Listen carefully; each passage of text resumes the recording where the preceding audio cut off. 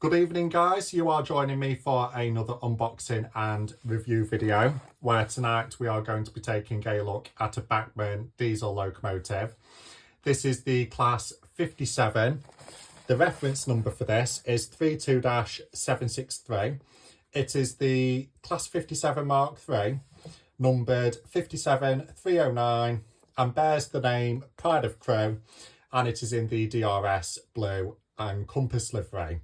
It is 21 pin DCC ready, and I do believe that there is room for a sound decoder as well. So, a little bit about the class 57. You are probably thinking the shape of the loco looks very like the class 47, and that is because essentially that is how the 57s started their life. They was originally class 47s. However, when the class 57s were ordered by Freightliner, Virgin Trains and First Great Western, that is where the 57 was rebuilt from redundant class 47s, and therefore have gained the reputation and the nickname of the body snatcher. Just a few differences from the class 47 that they was rebuilt from include a new engine, and other aesthetic changes include different light packages, and then particularly with the Mark IIIs, they have the Delna coupler that's built into the front, the nose of the locomotive. So initially, Freightliner were the ones who ordered the 57 Mark Zeros, which basically retained the original light packaging from the 47s, and then First Great Western and Virgin Trains ordered the Mark IIIs. So the Mark IIIs were ordered by Virgin Trains, and the Mark VIs were ordered by First Great Western, with the exception of 57601 that was eventually bought by West Coast Railways. So the First Great Western examples were used and are still used on their sleeper services in and out of London Paddington to the southwest, and the Virgin Trains examples were primarily used as Thunderbirds to rescue they failed 390 Pendolinos, as well as drag the Pendolinos along non-electrified routes such as from Crewe to Chester. And on the basis that I have two Pendolinos in my fleet, I felt it was fitting to add a class 57 to the collection. But anyway, we are not talking about Pendolinos, we are talking about the class 57. So later on in life, eventually Virgin sold all their 57s to direct rail services, and then I believe that Network Rail and Arriva Trains Wales operated these as well, before eventually they were sold on to new owners that include West Coast Railways and GBRF, as fairly recently GBRF have acquired a couple of these. Anyway, let's unbox it. So it comes in this Bachmann packaging, which contains the outer sleeve, well, consists of the outer sleeve, and then we are greeted with this cardboard tray, the surround with the infamous, well, the famous block of ice packaging. Infamous is the wrong word. I'm getting muddled up now. So first things first, we have all the paperwork that include the maintenance sheet, where it basically tells you how to maintain and look after the locomotive, and where to fit the decoder and where to fit the sound decoder as well. And then you have your usual warranty. That also includes the invite to Collectors Club as well.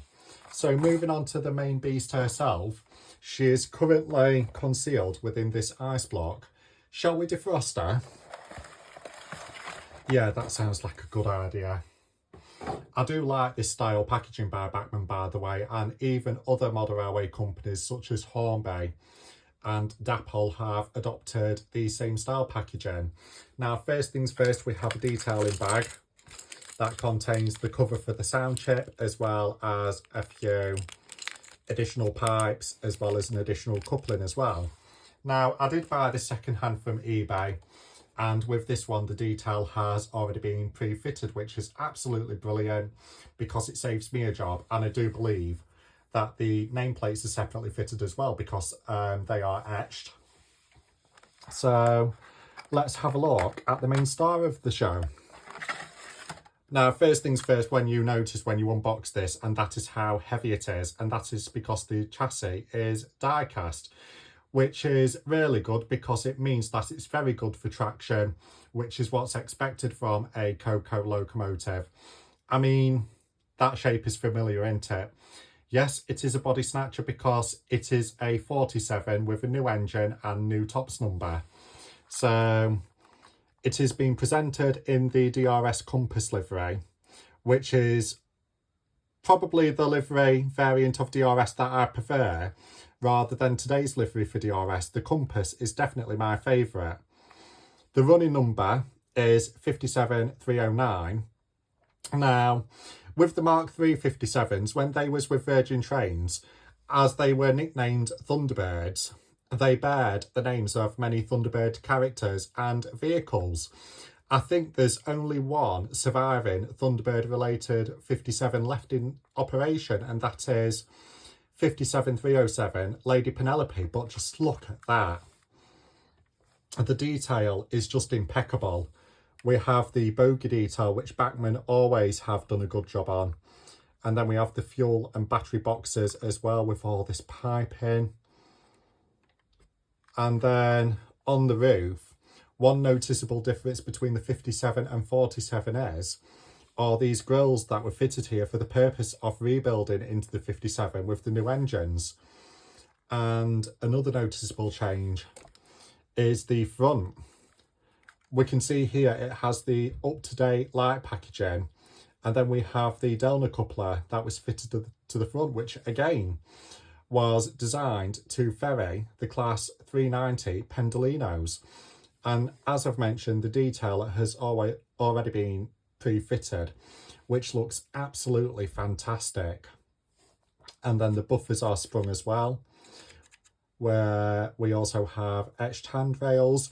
And look at that!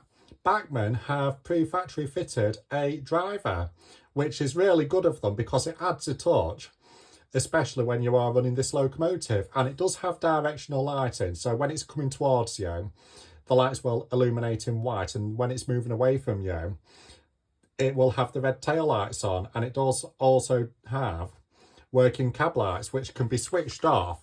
So we have two switches here, one's for the cab lights and one's for the day and nighttime headlight setting. And what else can I tell you? We have the etched nameplate here, which again, this one, as mentioned, is named the Pride of Crewe. And then we have the NEM slim fit pocket coupling as well. I'm just obsessed with looking at the detail, especially on the ends.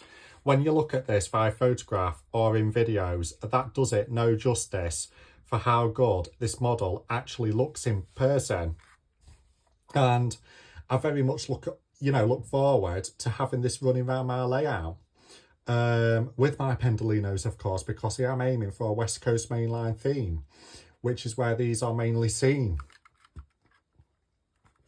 Is there anything that I've missed? I don't think so.